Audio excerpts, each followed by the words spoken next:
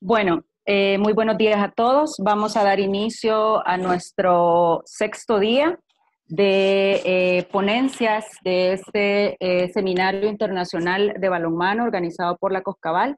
Esta mañana pues siempre nos acompañan Julio Sáenz, nuestros presidentes Marcel Mancía y Mario García de la Torre, correspondientes a cada una de las confederaciones.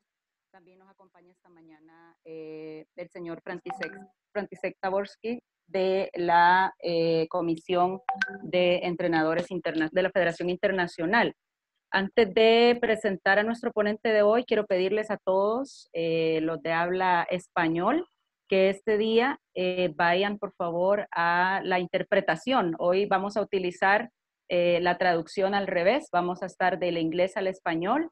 Así que para los que no están familiarizados, en la pantalla, en la parte inferior, tienen un botón que se llama de interpretación. Ustedes tienen que ponerlo en español y por supuesto pues tener audífonos para poder o tener en altavoz su computadora para poder acceder o estar de la mano con nuestro ponente este día. Quiero darles dos anuncios bien importantes. El primero es que esta semana también, del 27 de abril al 1 de mayo, la Coscabal también está organizando un seminario para referees que es abierto a árbitros, a delegados técnicos, atletas y entrenadores que quieran sumarse. La información está en la página de la Coscabal para los que deseen hacerlo. Y el próximo miércoles, todos los que están participando en este curso y también los que quieran unirse, vamos a tener una presentación de Dartfish para pues conocer, ya es ampliamente visto por parte de nosotros y gracias a Julio que nos presentó al principio el uso de la tecnología en balonmano. Entonces ellos nos van a estar dando una presentación el próximo miércoles, les vamos a mandar información para que puedan conectarse a la plataforma y pues podamos tener una presentación de parte de ellos. Espero que todos estén ya conectados con la traducción al español. Y bueno, no me tardo más. Este día quiero presentar a Craig Roth. Él es también entrenador del CCM, especialista y trabajando en el Working Group alrededor del mundo con Handball School. Así que, welcome, Craig.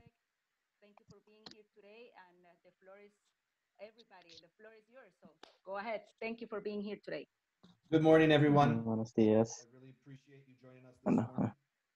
agradezco que estemos pues, juntos hoy, especialmente esta semana que sabemos que vamos a estar trabajando en esta conferencia. Just a recap of what's gone on and what's going forward and how that relates to my lecture today. I'm going to share my screen right now with everyone. So you can see, as my name is Craig Rote. I am a IHF Handball School Working Group member, which I will explain in greater detail. I'm also an IHF-CCM lecturer. A major part of what I've done has also been a national team coach for USA Team Handball since 2014. I saw and brought up a group of cadets through youth and then supported Julio in the juniors at the World Championships. And after the World Championships last summer in Spain, I moved over to the women's side and for a new project and brought a group of 14-year-olds to the IHF trophy in Montreal. We ended up 3-2. We did quite well. We were a very young group. But it was good for me to have a new start within handball, and it was a good developmental opportunity for me to leave the coaching and development of boys for the coaching and development of girls, something I'll touch back on at the end of our lecture today. I very much appreciate everyone coming together in this fashion. I know my colleagues the last week, this isn't an ideal, I'll admit it, this isn't an ideal situation. I think we are testing new boundaries on the ability to deliver coaching curriculum and possibly certification. And I look forward to this brave new world that we are forging together in a platform with so many talented coaches and people involved in the sport of handball. So I just want to say thank you for letting me work with you today to discuss how we build a better high performance foundation. And I think we start to discuss this in contrast to the lectures you've already received. I'm just going to go over a short list of my esteemed colleagues' work. We had Julio with physical conditioning and video analysis.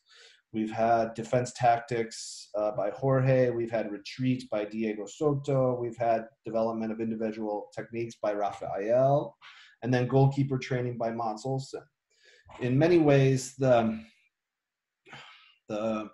wonder of the developing world is how do we do these things with players and staff that don't have the experience that the established handball nations have. And as we go into next week with counterattack tomorrow with Jorge, offensive tactics again with Rafael, talking about group tactics. I think it's really important for us to discuss how we go about building that foundation for high performance, and how Handball at School as a program, a complete developmental model, can support both the growth in your country and the development of your particular players and teams. Today's lecture will be broken into two sections on this building a better foundation. The first will be an overview of the Handball at School developmental model. I will talk a lot about the program, it's a renewed program, and how we are working right now to create a very efficient and system of delivery for teacher and coaching curriculum. We'll pause in the middle. I'll pose some questions to consider, and then we'll discuss how applying the tenets of our program can directly relate to you for high performance success. And then we'll have some question and answers. And so I'm going to talk about a little story from 2017 at the World Championships. I think this is a key thing for us to understand. I sat on the panel at the Global Coaches Symposium with the top French coaches discussing the French system. And the panel this roundtable discussion began with a video. And then, mind you, this is in front of 200 coaches that attended, many of whom are in the French system, developmental system. And it showed videos of Daniel Narcisse and Karabatic and Abelo, not complaining, but saying they were different than everyone else, and that they lacked the technical and tactical skills and understandings of their opponents. At this time, the French system was starting to really take command in both women's and men's categories at all age divisions, youth, junior, and senior. They were beginning to really explode on the scene as the dominant force. And interesting was listening to these players talk about the small group collaborations, the creativity, the individuality that they were allowed to play with, and how it was having success still made them feel insecure. It was interesting. Insecure was a word they used several times in comparison with their German counterparts or their Spanish counterparts. And I found this to be a very interesting discussion that opened up, because in the middle of this symposium, coaches began to stand up from the developing group in France, upset that all the work they had done to have the players say that about them. And it really had me thinking, how do we end up here where we have a really, at the time, a superior gameplay being displayed at all levels for both genders, and winning in the end, which is our goal in high performance, at all Olympics, World Championships, and Continental Championships. And I found myself really fixated on this question. You know, this was our first week together as a working group for Handball at School, and I feel this panel shaped a lot of what I felt about handball and how to develop handball. And it really asked the question, what is high performance play? And so from my standpoint, this paradox of we think we have to have all these structures in place and give the players all the answers, and the French were showing us that collaboration, creativity, ingenuity, innovation. All of these were skills you could develop and train and allow to compete at a very high level. And so this paradox really, here's the picture of them winning the championships, the global symposiums in the first week of the championships. And they're complaining that they don't have the same tools as their counterparts, but yet here they are holding the trophy. And it really made me examine, and my colleagues on the working group examine, how do we build players in this fashion? It doesn't mean we have to follow the French system. It just means, how do we incorporate these aspects of problem solving, of small group collaboration, into a way to make everyone's high performance better. And so that's where I really want to start, with this idea of, here we have the best players in the world complaining they're inadequate compared to their counterparts. We have their coaches who develop them saying, I'm ashamed that they're saying this, especially the ones that are in the high school system, the trainers and developers. They were very upset about this, and yet here you have success. And so we began from that aspect and really looked at what is a complete handball player, and began building on that sentiment. So at Team, for us, the last 2 years were spent after the 2017 writing our first volume of our book, Teaching Handball Teachers Guidelines. Here, I think we should say the word teaching and teacher are easily exchangeable for the words coaching and coach. It simply means the act of building and developing handball. Teaching has a component that I will leave from this, which is what teachers are responsible to do. But coaches should follow the same processes as the teachers to develop complete handball players. A little bit of a review or an overview of our work was, we were tasked that over the next decade, we would build a program that could reach 5 million kids, which is quite a big task, especially considering the setbacks we're now facing with the coronavirus and the ability to place lecturers within developing countries.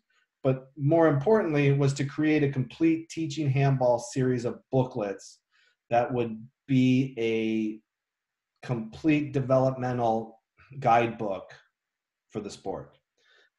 Spent 2 years on the most important, which is Teachers Guidelines, which really breaks down the sport. Well, I don't need to go into that today, which will talk about basics of, position play, or basics of techniques, basics of tactics. I'm not going to go into that today. I'm only going to talk about how they relate to the developmental process. The second book, which we've just begun when we had our first meetings in Hungary, was a book of games. And we'll talk about this in relation to when I discuss game problems.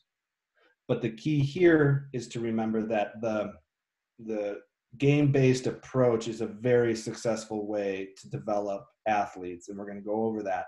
And we're going to have an entire book on simply games, answering the most important pressing game problem questions in our sport across the whole developmental span.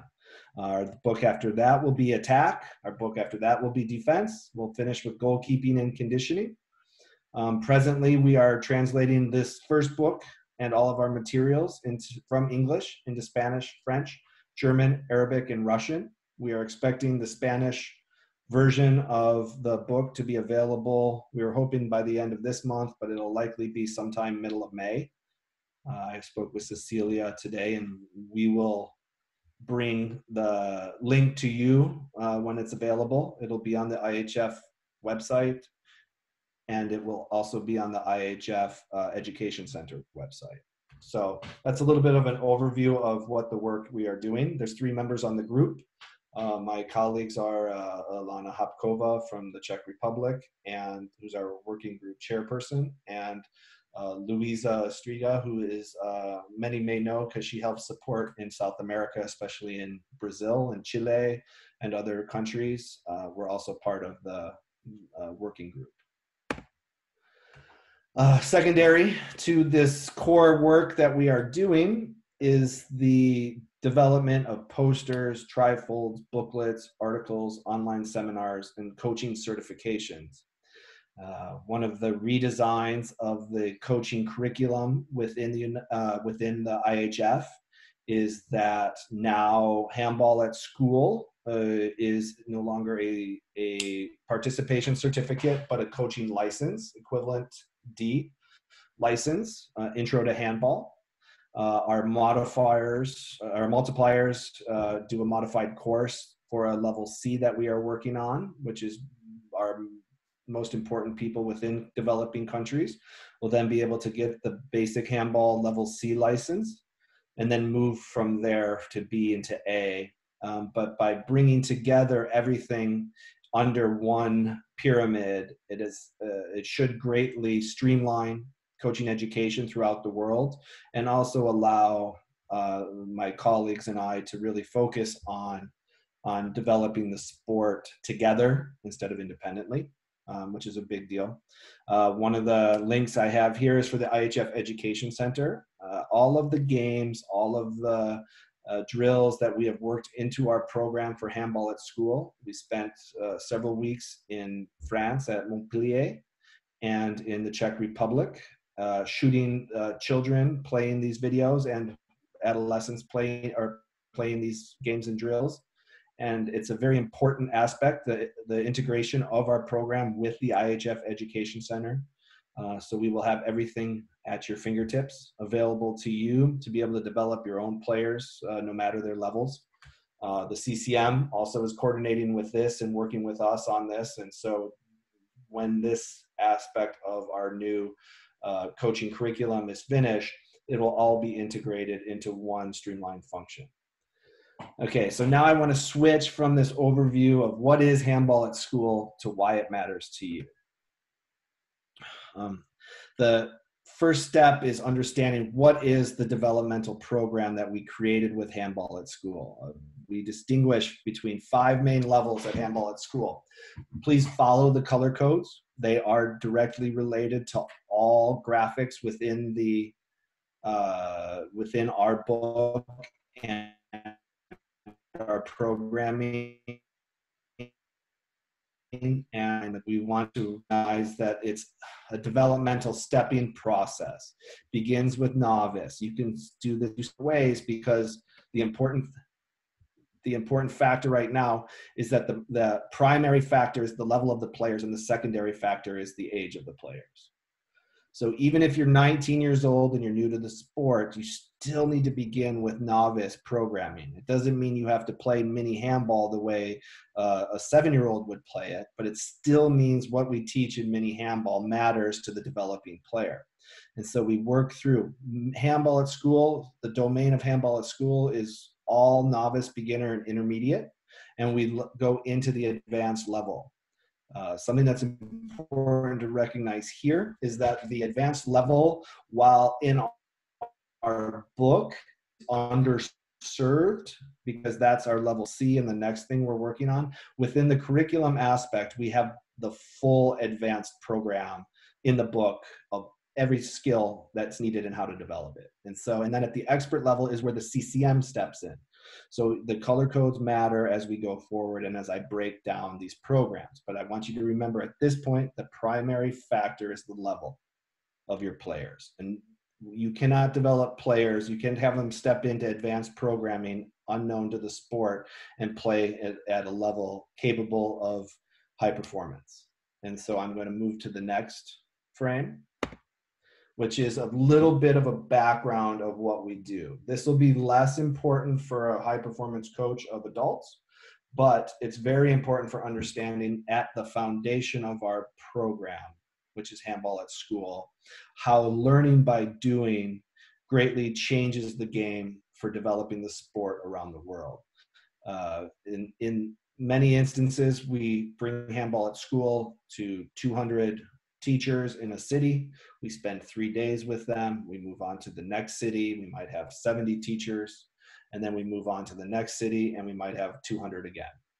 The basis for teachers and in classes, because it's engaging, is the same for coaching. Learning by doing. If you're coaching young children, it's the most important thing you can do, and it relies on certain characteristics of children and to keep them active and to keep them involved in the coaching that you're doing.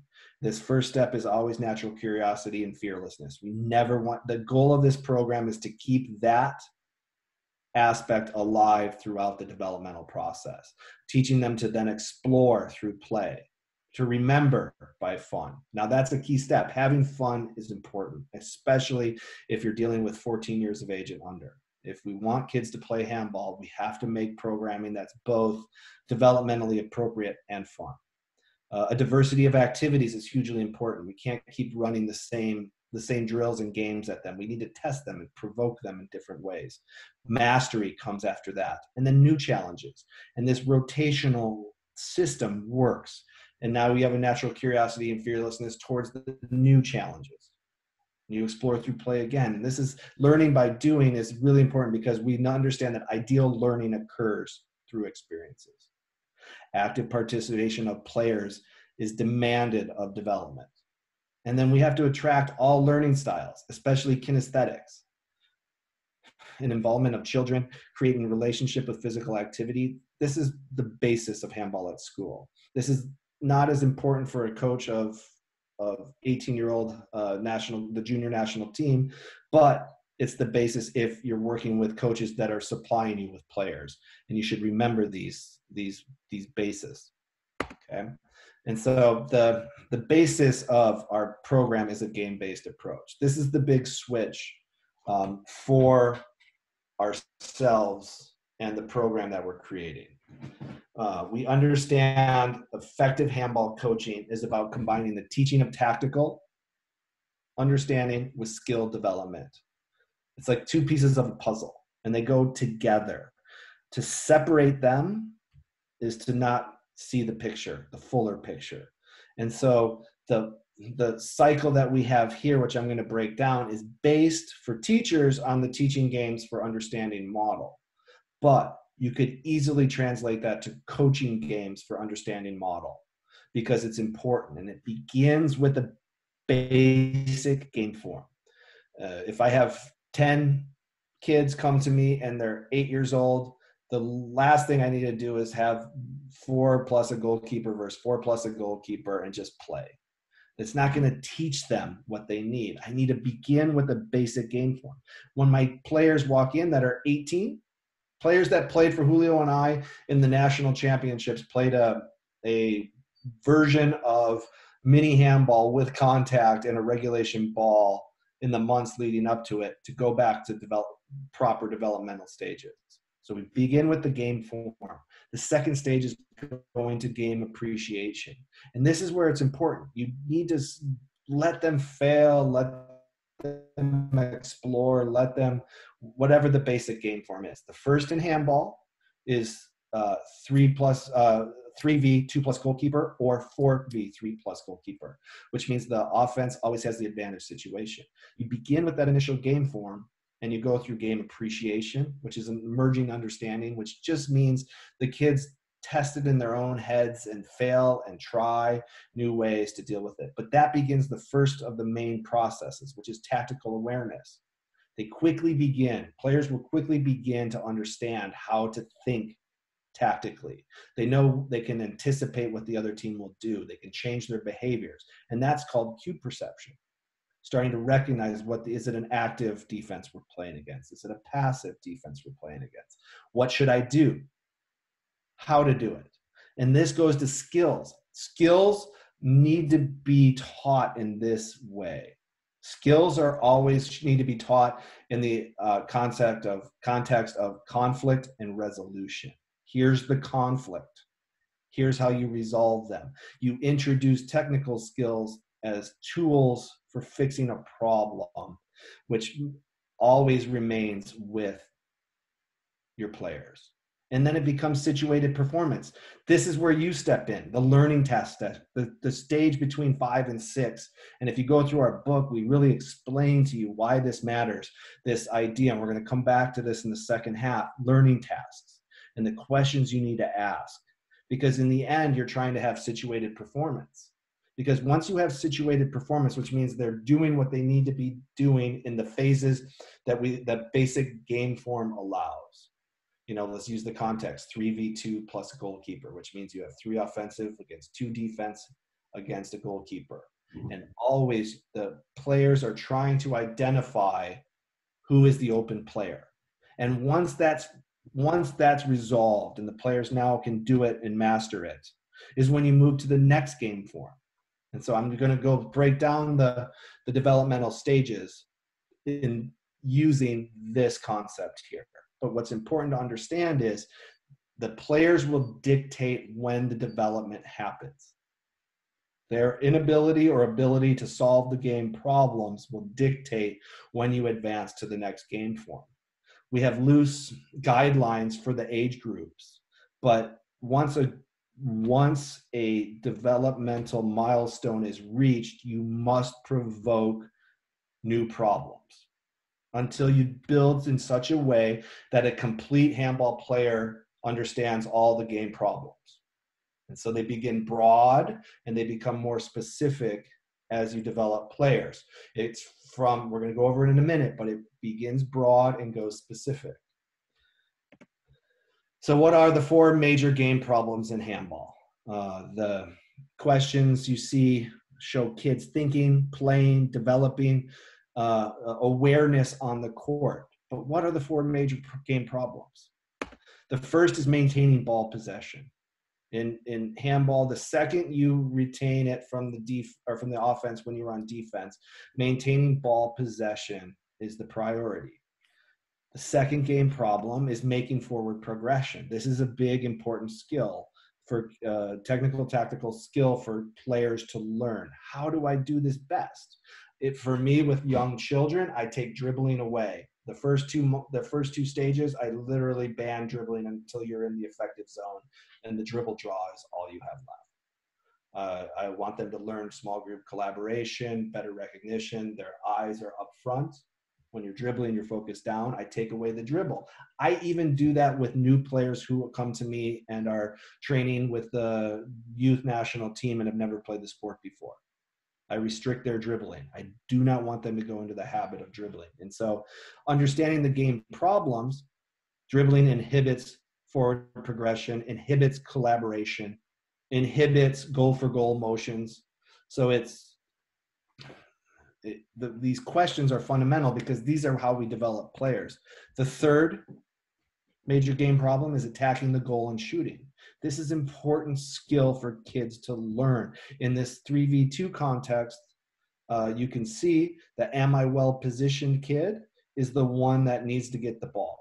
Yes, the girl with the ball might have the 1v1 skills to break it, but that's not what we want to teach them in the beginning.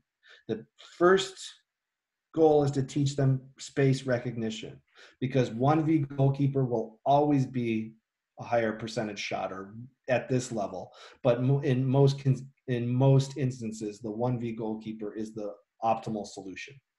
And so here you have kids that are playing, and these kids are not understanding at first, are they too close together? But attacking the goal and shooting is an essential key. And then the fourth main game problem is regaining the ball and protecting the goal. And you can see that in the questions that the kids are asking themselves. I'll give the translator a moment to kind of discuss that and kind of read them to you, so you can understand what is important here for the developing handball player, especially at the basic level.